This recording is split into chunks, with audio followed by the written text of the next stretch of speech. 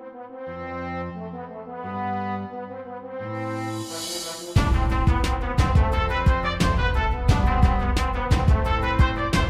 पिछले एपिसोड में हमने देखा पॉल के कारनामों के कारण एक नहीं बल्कि दो बच्चे जन्म लेते हैं।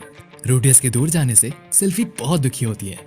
वो सिल्वी को अपने साथ रानोआ यूनिवर्सिटी ले जाने की सोचता है, पर पैसों की कमी के कारण वो अपने डैड पॉल को एक जॉब के लिए पूछता है। हालांकि पॉल उसे एक बहुत ही अतरंगी तरीके से जॉब के लिए भेजता है। अब आगे तो एपिसोड की शुरुआत में हम देखते हैं रूडियस और घिलेन को, जो कि कैरेज में बैठे होते हैं। हम देखते हैं रूडियस को इन हालातों के बारे में कुछ अच्छा महसूस नहीं हो रहा होता और इसलिए वो घिलेन से उसके डैड के बारे में पूछता है। वो कहता है, मिस घिलेन, क्या मेरे डैड ने इससे पहले कि रूडियस अपना सेंटेंस खत्म करता उससे पहले घिलेन उससे कहती है, मुझे सिर्फ और सिर्फ घिलेन बुलाओ, मिस विस लगाने की जरूरत है। जिसके बाद वो रूडियस के मुंह पे एक लेटर फेंकती है और कहती है कि ये उसके डैड ने दिया है। वो रूडियस से कहती है, मुझे पढ़ना लिखना नहीं आता, इस लेटर को जोर से पढ़ो ताकि मैं भी सुन सकूं। रूडियस उस लेटर को उठाता है और उसे पढ़ना शुरू करता है। हम देखते हैं कि उस लेटर में पॉल ने लिखा है, मेरे प्यारे बेटे रूडियस, मैं जानता हूँ तुम अभी उलझे हुए होगे कि आखिर चल क्या रहा। मैं तुम्हारे सामने बैठी मस्कुलर लड़की से पूछने को कहता, पर उसका दिमाग भी मसल से भरा हुआ है तो वो समझा नहीं पाएगी। ये सब सुनकर घिलेन काफी ज्यादा गुस्सा हो जाती है और कहती है, तुम्हारी ये सब कहने की हिम्मत भी कैसे हुई। जो देखकर रूडियस कहता है, आराम से, ये बस एक मजाक था। और ये सुनकर घिलेन शांत हो जाती है।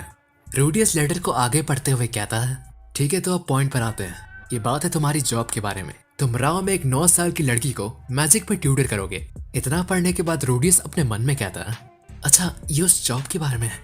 मैं चाहता तो यही था, पर मुझे बेहोश करने की जरूरत थी।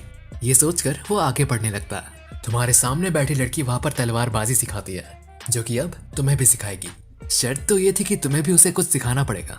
तो उसे कह देना कि तुम्हारे मसल से बने दिमाग में समझाने में भी कुछ नहीं घुसेगा। ये सुनकर घिलेन का दिमाग खराब हो जाता है और वो अपनी तलवार बाहर निकालने लगती है। लेकिन इसके बाद रूडियस डर के कारण वो लेटर बहुत जल्दी पढ़ने लगता है। खैर जो भी हो, वो बहुत ताकतवर है और ऊपर से स्वर्ड्समैन किंग भी है। तुम्हारे पापा भी उसे कभी नहीं हरा पाए। खैर बेट की बात अलग है। ये सुनकर घिलेन का गुस्सा शांत हो जाता है और रूडियस सोचता है कि उसके पापा लड़कियों में काफी मशहूर। जिसके बाद वो लेटर पढ़ना जारी रखता है। तुम्हें उसे पढ़ना लिखना, अरिथमेटिक और मैजिक ये सभी सिखाने हैं पूरे 5 साल तक। इन 5 सालों में तुम ना ही घर लौट सकते हो और ना ही कोई लेटर लिख सकते हो। ये सुनने के बाद रूडियस थोड़ा चौंक सा जाता है और लेटर पढ़ना कंटिन्यू रखता है। मुझे लगता है कि तुम सिल्वी पर कुछ ज्यादा ही डिपेंड हो रहे हो। ये उसके और तुम्हारे दोनों के लिए अच्छा नहीं है। तो इसलिए मैंने ये डिसाइड किया है कि तुम अब वहीं पर रहोगे, खाओगे, कमाओगे और बड़े होगे। मैं उम्मीद करता हूँ कि तुम एक बढ़िया आदमी बनोगे, तुम्हारे पापा पॉल की तरफ से। वैसे तुम्हें उस बच्ची के साथ जो करना है करो, लेकिन वो मस्कुलर लड़की मेरी है तो उससे अपने हाथ दूर रखना। यहाँ पर लेटर खत्म हो जाता है। ये सुनकर घिलेन रूडियस से कहती है, ये लेटर जेनिथ को भेज देना। रूडियस एग्री करता है और इसके बाद हम देखते हैं कि रूडियस सिल्वी के बारे में सोच रहा होता है। वो कहता है, जो भी हुआ मुझे रिग्रेट नहीं पा रहा है। मैं कम से कम साल में एक बार तो उससे मिलना चाहूंगा। इस सब के बाद रूडियस अपने डेस्टिनेशन पर पहुंचता है और हम देखते हैं कि वो एक आलीशान घर में होता है। उसे काफी अच्छे से ट्रीट किया जाता है और हम देखते हैं कि वहां पर बहुत सारी बीस्ट वुमेन होती हैं। रूडियस उन सब चीजों को देख ही रहा होता है कि तभी वहां पर एक आदमी आता है। इसे देखकर रूडियस उसे झुककर अपना नाम बताता है। लेकिन वो बंदा रूडियस से कहता है कि आगे से तुम किसी को अपनी ग्रीटिंग दो तो कुछ इस तरह करना। उसके बाद रूडियस उसे उसके तरीके से करके दिखाता है।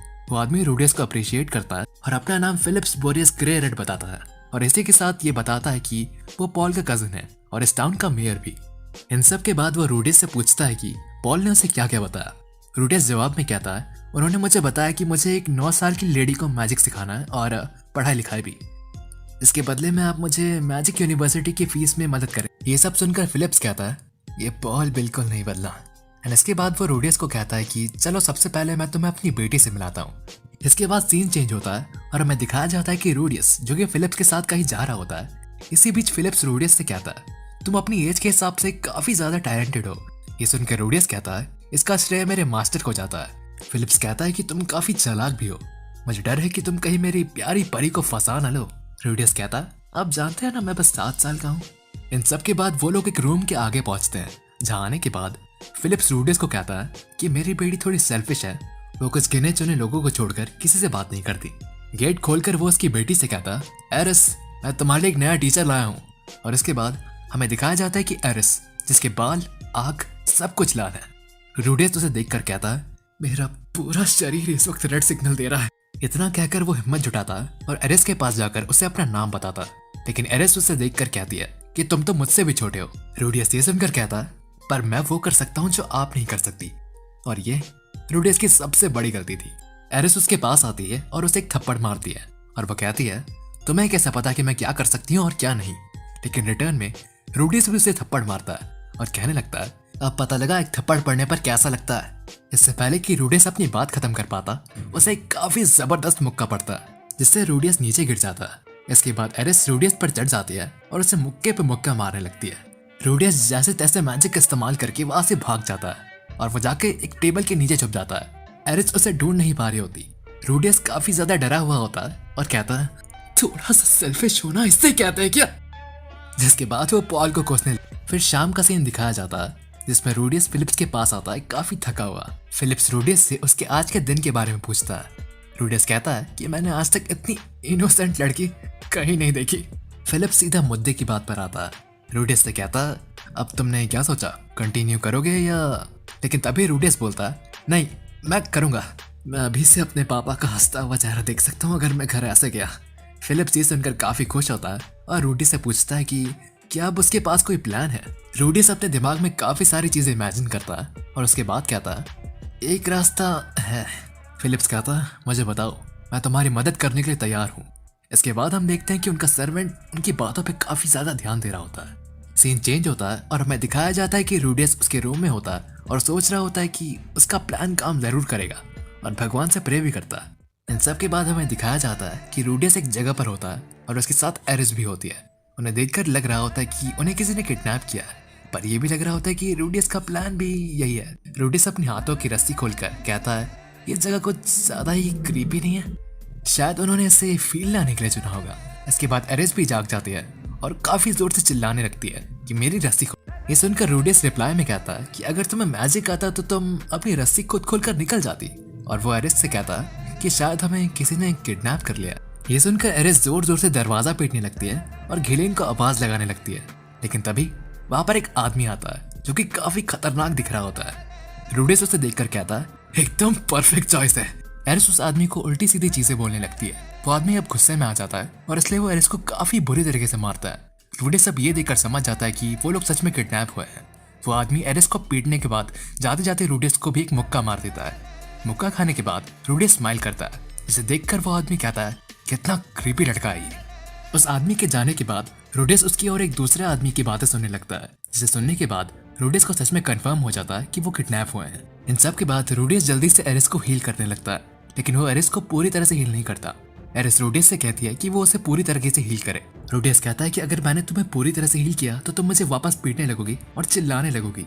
जिसके बाद वो एरिस को कहता है कि अपने आप खुद को हील कर लो। एरिस कहती है कि उसे हील मैजिक नहीं आता। ये सुनकर रूडियस उसे रिप्लाई में कहता है अगर तुमने सीखने का ट्राई किया होता तो तुम्हें पक्का आता।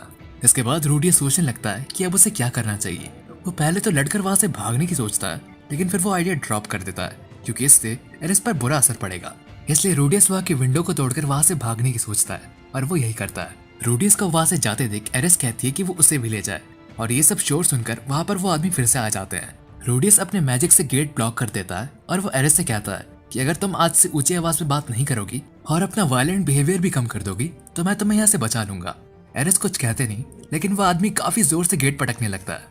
वो गेट ऑलमोस्ट टूटने ही वाला होता है, लेकिन तभी वहां पर एक दूसरा आदमी आकर उस गेट को अपनी स्वॉर्ड से खत्म कर देता है। लेकिन अंदर आकर वो देखता है कि वहां पर कोई भी नहीं है। इसके बाद अगला सीन दिखाया जाता है जहाँ पे रूडियस और एरिस उसी टाउन में कहीं छुपे हुए हैं। रूडियस एरिस को हील कर रहा होता है और वो उसे कम्प्लीटली हील भी कर देता है। हील हो जाने के बाद एरिस वापस से थोड़ा चिल्लाने लगती है, जो सुनकर रूडियस डर जाता है और एरिस से कहता है तुमने वादा किया था तुम चिल्लाओगी नहीं। इसके जवाब में एरिस बोलती है कि मैं तुम्हारे साथ अपना प्रॉमिस क्यों रखूं। और ये सुनकर रूडियस कहता है कि ठीक है, फिर हमारे रास्ते यहाँ से अलग अलग होंगे। और ये कहकर वो वहां से चला जाता है। कुछ समय बाद एरिस को वापस उन्हीं आदमियों की आवाजें आती है, जिन्हें सुनकर वो वापस रूडियस के पास चली जाती है। रूडियस उसे देखकर कहता है अब तुम यहाँ क्यों आ गई, तुम तो अपना प्रॉमिस तोड़ने वाली थी ना। जिसके बाद एरिस कहती है कि अब वो ऐसा नहीं करेगी। रूडियस कहता है तो ठीक है, मेरे पीछे आओ। रूडियस एक जगह पर पहुंचता है और वहां किसी वुडन बोर्ड को पढ़कर कहता है ये शायद रोआ टाउन के पीछे कोई जगह है। एरिस कहती है कि मैं ये पढ़ नहीं सकती। रूडियस जवाब देते हुए कहता है तुम ये पढ़ पाती अगर तुमने पढ़ाई करी होती। जिसके बाद वो अरिथमेटिक के फायदे बताता है। वो लोग एक कार्ट में बैठ जाते हैं जो कि रोआ टाउन जा रही होती है। कुछ समय तक ट्रैवल करने के बाद उनके बगल से 2-3 लोग घोड़े पर निकलते हैं। जैसे तैसे करके वो लोग रोआ टाउन पहुंचते हैं और वो दोनों काफी खुश होते हैं। अब एरिस को नींद भी आने लगती है, जिससे पता लगता है कि वो अब सेफ फील कर रही थी। उन्हें वहां पर उनका सर्वेंट भी दिखता है, जिसे देखकर वो और भी ज्यादा खुश हो जाते हैं। रूडियस और एरिस उसके पास जाने लगते हैं, लेकिन तभी बीच रास्ते में कोई एरिस को पकड़ कर ले जाता है। रूडियस से देख लेता है और जल्दी से उनके पीछे जाने लगता है। रूडियस मैजिक की मदद से सामने एक बड़ी सी वॉल खड़ी कर लेता है। इसके बाद वो अपने हाथ में एक फायर बॉल बनाता है और कहता है कि मुझे वो लड़की वापस करो। पीछे से वो सर्वेंट कहता है, तुम्हारे पास काफी अच्छी मैजिक स्किल्स हैं, तुम हमारे साथ क्यों नहीं मिल जाते?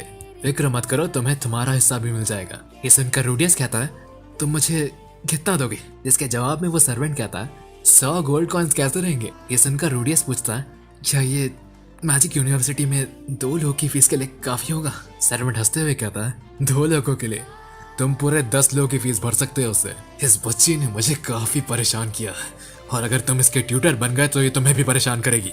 इसके बाद वो दूसरा आदमी रूडियस से कहता है, तुम भले ही बच्चे हो पर पैसे की अहमियत समझते हो, क्यों है ना? रूडियस अपनी पास्ट लाइफ को याद करता है कि कैसे उसने अपनी पूरी जिंदगी सिर्फ गेम्स खेलने में निकाल दी थी। पैसों से आज तक उसे कोई फर्क नहीं पड़ता था। रूडियस ये सब सोचते समय बहुत शांत था, इसलिए एरिस को लगता है कि वो उनके साथ मिल गया। लेकिन फिर हम देखते हैं कि रूडियस उसके फायर बॉल को आसमान में शूट करता है, जो कि एक फायरवर्क की तरह लगता है। उसकी रोशनी से वो सर्वेंट और वो आदमी दोनों ही थोड़ी देर के लिए कुछ नहीं देख पाते और इसका फायदा उठाते हुए रूडियस एरिस को छीन लेता है और उन पर काउंटर अटैक करता है। वो मौका देखकर उन पर अचानक से फायरबॉल से अटैक करता है और उसे लगता है कि वो जीत गया। लेकिन तभी वो आदमी रूडियस के फायरबॉल्स को काट कर उसकी तरफ अपनी स्वॉर्ड फेंकता है। रूडियस को याद आता है कि पॉल ने उसे एक स्वॉर्ड स्टाइल के बारे में बताया था, जिसमें स्वॉर्ड को फेंका जाता है। अब रूडियस को लग रहा होता है कि वो गया, लेकिन तभी वहां पर कोई आता है और जल्दी से उस स्वॉर्ड को तोड़ देता है। हमें पता लगता है कि वो घिलेन है और वो सारे आदमी को पलक झपकते ही खत्म कर देती है। रूडियस उस खून को देखकर जरा सहम सा जाता है। घिलेन उसे आवाज लगाती है, जिसके बाद उसे होश आता है। वो उससे पूछती है, क्या वो दुश्मन इतने ही थे? रूडियस हाँ कहता है और साथ में थैंक्स भी। घिलेन उस फायरवर्क के बारे में बताती है, जिसे देखकर वो यहाँ आई, लेकिन रूडियस बस उस खून को देख रहा होता है। इन सब के बाद हमें सुबह का सीन दिखाया जाता है। रूडियस, एरिस और घिलेन रोआ टाउन पहुंच जाते हैं। वहाँ फिलिप्स आता है और उनकी ऐसी हालत देखकर रूडियस से कहता है, वहाँ पर क्या हुआ था? लेकिन तभी घिलेन उस सर्वेंट को वहाँ पटकती है, जिसे देखकर फिलिप्स सब समझ जाता है। रूडियस सोच रहा होता है कि क्या मैं फेल हो चुका हूँ? मैं मौत के मुंह से निकल के आया हूँ और आखिर में मैं बस घिलेन की वजह से बचा हूँ। ये कहकर वो वहाँ से जाने लगता है, लेकिन तभी एरिस कहती है, रुको, तुम मुझे एरिस बुला सकते हो, मैं तुम्हें स्पेशली अलाउ करती हूँ। ये सुनकर रूडियस खुश होता है और एरिस को थैंक्स कहता है।